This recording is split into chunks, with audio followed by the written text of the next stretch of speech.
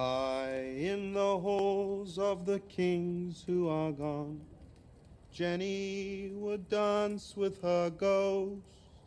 Outside the small council chamber, Sir Mandon Moore insists that Queen Cersei has left orders not to be disturbed. Tyrion quips that he will only be a small disturbance and produces a letter from Lord Tywin Lannister. Sir Mandon remains unimpressed and expressionless, a trait which makes Jaime consider him the most dangerous of the Kingsguard, besides himself, since his face never hints at his next action. Refusing to back down on his first day, Tyrion introduces Bronn and Timett. After Sir Mandon learns that Bronn killed Ser Vardis Egon, he allows Tyrion to enter. Tyrion relishes that he passed his first test. When Cersei sees him, she exclaims, "You!" with equal parts disbelief and distaste. Taking care to act confident in front of her, Tyrion remarks that he can see where Joffrey learned his courtesies. When Cersei asks why he is there, Tyrion saunters over to deliver their father's letter. Varys inspects the seal and proclaims it genuine before Cersei snatches it. Cersei has taken the king's seat, so Tyrion takes the Hand's chair, which seems only appropriate. Cersei declares the letter absurd and explains that her father has authorized Tyrion to act as Hand of the King in his absence.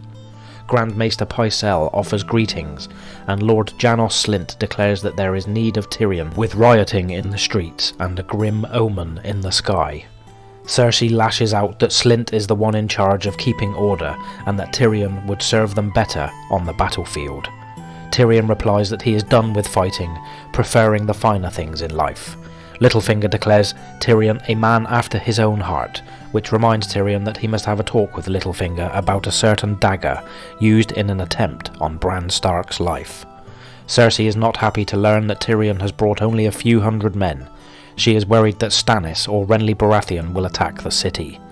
She then declares that only the king can name a hand, and Joffrey has named Lord Tywin. Tyrion points out that Lord Tywin named him, and recommends that Cersei take it up with him at Harrenhal. Tyrion requests a private moment with Cersei, and the other councillors excuse themselves. As he leaves, Littlefinger asks about living arrangements. Tyrion says he plans to take up residence in the Tower of the Hand. Littlefinger declares Tyrion a braver man than him, considering the fate of the last two hands. Tyrion corrects this to 4, explaining that Aerys' last hand died in the sack of King's Landing, and the one before him was burnt to death. The two before them were luckier in that they merely died penniless in exile. Littlefinger japes that in that case he would sooner bed down in the dungeon than the Tower of the Hand, and Tyrion privately thinks that Littlefinger might get that wish. Once they are alone, Cersei asks why their father would ignore her royal command and inflict Tyrion on her. Tyrion points out that Lord Tywin has a large army and can do that, nor is he the first to do so. Cersei threatens to call the letter a forgery and throw Tyrion in the dungeon. Tyrion agrees that no one, not even their father, would protest, but asks why Cersei would want to do such a thing when he has come to help. Cersei insists that it was their father's help she wanted, but Tyrion can tell that it is Jaime she really wants, so he promises that if she supports him, he will find a way to free Jaime. Cersei asks how, given that Robb and Catelyn Stark are not likely to forget the beheading of Lord Eddard. Tyrion notes that Cersei still holds the Stark daughters, forcing Cersei to reveal that she only has Sansa. She sent Sir Meryn Trant to apprehend Arya, but her dancing master interfered, and the girl escaped, and is likely dead. Tyrion asks Cersei if she can trust the small council, since their father does not. Joffrey's short reign has been full of follies and disasters, which suggests the king is getting some very bad counsel. Cersei concedes that Joffrey, always willful, now believes that, as king, he is free to do as he pleases, and not as he is bid. She explains that Joffrey was instructed to allow Eddard Stark to take the Black, but took it upon himself to order Eddard killed, and Janos Slynt and Sir Ilyn Payne were quick to take the command. Cersei also mentions that as a result, the High Septon is accusing them of lying to him and profaning the Great Sept of Baelor. Tyrion then questions Cersei about Slynt, asking whose idea it was to make him Lord of Harrenhal and a member of the Small Council. Cersei replies that Littlefinger made the arrangements. They needed the gold cloaks on their side to stop Eddard before he handed the throne over to Stannis. She adds that it was close even so. All might have been lost if Sansa had not come to Cersei with her father's plans.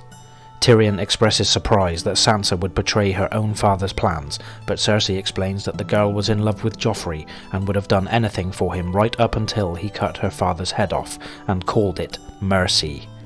Tyrion also learns it was Varys who suggested Sir Barristan Selmy be removed as Lord Commander of the Kingsguard when Joffrey wanted to blame someone for Robert's death. It freed the Lord Commander's post and council seat for Jaime, and allowed Joffrey to throw a bone to the Hound. A generous severance was provided, but Selmy would have none of it and fled the city. Tyrion notes that he heard Selmy slew the 2 Goldcloaks sent to apprehend him, which Cersei blames on Slynt's incompetence. Tyrion points out that Barristan the Bold is a living legend who lends credibility to any man he serves. Cersei admits she did not think of that, but Tyrion points out that their father did, and that is why he sent Tyrion to bring Joffrey to heel. Cersei argues that Joffrey will be no more tractable for Tyrion, but Tyrion points out that Joffrey might be more inclined to listen if he feels threatened, something he doesn't feel with her. Cersei insists that she will never let Tyrion harm her son, but Tyrion assures her that he only means to threaten. Cersei admits it is worth a try, but remains adamant that Tyrion do nothing without her consent. Tyrion agrees and then asks for an honest answer to who killed Jon Arryn. Cersei tells him she does not know, and goes on to say that Eddard Stark asked her the same question and hinted that Jon Arryn suspected her of something she hesitates to mention. Tyrion earns a slap in the face when he reveals that he knew about her incest with Jaime all along. Tyrion insists that he is not as blind as their father, and makes several rude comments that earn him more slaps until he finally warns her that he is getting angry. He asks her how King Robert was killed, and she explains that Lancel Lannister gave him strong wine of 3 times the normal potency before he faced the boar, which Cersei claims tasted like triumph when it was served at Robert's funeral feast. Tyrion, who rather liked King Robert, comments that Cersei was born to be a widow as he rises to leave. Cersei objects that she has not excused him, and presses for details about how he will free Jaime.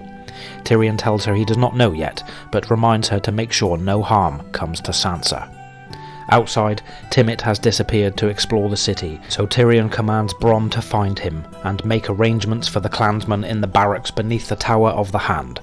Tyrion commands Vylar, the captain of Cersei's household guard, to provide an escort for him to the Broken Anvil Inn, hoping to remind the captain that his oath is to Casterly Rock and not to Cersei alone. As he leaves the Red Keep, Tyrion orders the spiked heads of Eddard Stark and his household taken down and given to the Silent Sisters. When Vylar hesitates because King Joffrey ordered them to remain, Tyrion warns him that if they are not removed, one of the spikes will have his head. As they ride through the city, Tyrion notices the effect the war is having on the common people. The markets are full of ragged men selling their household goods, but bare of farmers selling food. There are guards at every shop, and Tyrion notes that in lean times, even bakers find sellswords cheaper than bread. Vylar confirms that very little food is coming into the city, with the roads closed to the south and to the west. Tyrion asks what Cersei has done, and is told that she has tripled the city watch, and has thousands of craftsmen working on the defences, including the Alchemists Guild, which has pledged 10,000 jars of wildfire. The thought of so much wildfire makes Tyrion uncomfortable, and he asks where the money is coming from, given that Robert beggared the realm. Vylar explains that Littlefinger has introduced a tax on entering the city. Tyrion considers this clever, yet cruel, since tens of thousands are fleeing the war for the supposed safety of the capital. When they arrive at the inn, he dismisses Vylar and says he plans to stay the night. Inside, Tyrion finds Shae, sitting with several Blackears and Varys. Tyrion is irritated that Varys found Shae so quickly, and wonders who might have betrayed him. Varys says that he has a sudden urge to meet Tyrion's young lady, and Tyrion realises that the eunuch is indirectly threatening him. The two exchange some veiled threats, before Varys asks if Tyrion has seen the Red Comet. Tyrion implies that he is short, not blind, On the King's Road it seemed to cover half the sky, and even outshone the moon. Varys tells Tyrion on the streets it is called the Red Messenger, a herald before a king, to warn of fire and blood to follow. Before Varys leaves, he poses a riddle to Tyrion. Once he has gone, Shae asks if Tyrion knows the answer to the riddle, and Tyrion replies he is not sure. As they climb the stairs to their room, Shae has to wait for Tyrion. He notes that he still has to look up to her, even though that she is only 5 feet tall, but he does not mind since she is so sweet. Shae quickly strips, and then teases Tyrion that without her, he will never be able to sleep in the Tower of the Hand without masturbating, and asks if that is why they call it the Tower of the Hand. She drags him to bed and they make fierce love. Afterwards, Tyrion calls himself a fool. Shae is a whore, and only after his coin. When Shae asks what Tyrion will do as Hand of the King, he tells her, something Cersei will never expect. I will do justice.